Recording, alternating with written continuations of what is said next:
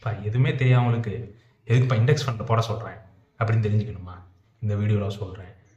சிம்பிளாக ஏன் இண்டெக்ஸ் ஃபண்டில் இன்வெஸ்ட் பண்ணுறோம் அப்படின்னு சொல்கிறேன்னு பார்த்தீங்கன்னா, கிட்டத்தட்ட இண்டெக்ஸ் ஃபண்டுங்கிறது வந்து கிட்டத்தட்ட இந்தியாவில் உள்ள டாப் 50 கம்பெனிஸ் வந்து இன்வெஸ்ட் பண்ண சொல்லணும். அது எப்படி 50 கம்பெனிஸ் கிளாஸிஃபை பண்ணுவாங்கன்னா, அதோட மார்க்கெட் கேப் பார்த்து, அதாவது ஒரு 50,000 கோடி, 20,000 கோடி, 10,000 கோடி அப்படின்னு அதோட வந்து டாப் 50 கம்பெனிஸ் இதில் அமௌண்ட்டை படி டாப் 50 கம்பெனிஸ் இருக்கும். அந்த கம்பெனி உள்ள வந்து தான் நிஃப்டி 50 அப்படின்னு சொல்லுவாங்க.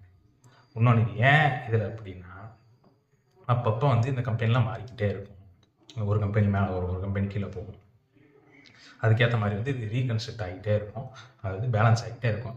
ஒரு கம்பெனி போச்சுன்னா இன்னொரு கம்பெனி போடுவாங்க. ஒரு கம்பெனி கூட வந்துச்சுன்னா கம்மியாக கம்பெனியை வெளியேற்றிடுவாங்க. அதனால் இது பண்ண சொல்லுங்கள். இன்னொன்று இதில் ஏன் அப்படின்னா இதில் வந்து ஒரு ஸ்டெபிலிட்டி இருக்கும். இவ்வளோ பெரிய கம்பெனிங்கிறதுனால வந்து உங்கள் ஸ்ட்ரக்சர் இதெல்லாம் வந்து கொஞ்சம் வந்து பேலன்ஸாக வச்சுருப்பாங்க. நிறையா இஷ்யூ வராது. இன்னொன்று இது எல்லா கம்பெனியும் 50 கம்பெனியும் சேர்த்து நிஃப்டி பீஸு அப்படின்னு ஒன்று இருக்கும். அதில் நீங்கள் இன்வெஸ்ட் பண்ணிங்கன்னா ஒரு ரிஸ்க்கு மீடியமாக இருக்கும். நீங்கள் ரொம்ப பயப்படவும் தேவையில்லை.